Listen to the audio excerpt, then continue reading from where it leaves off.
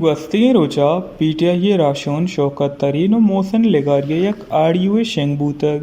Bazên namdarên siyasetdanan ayê mezemmet kutek.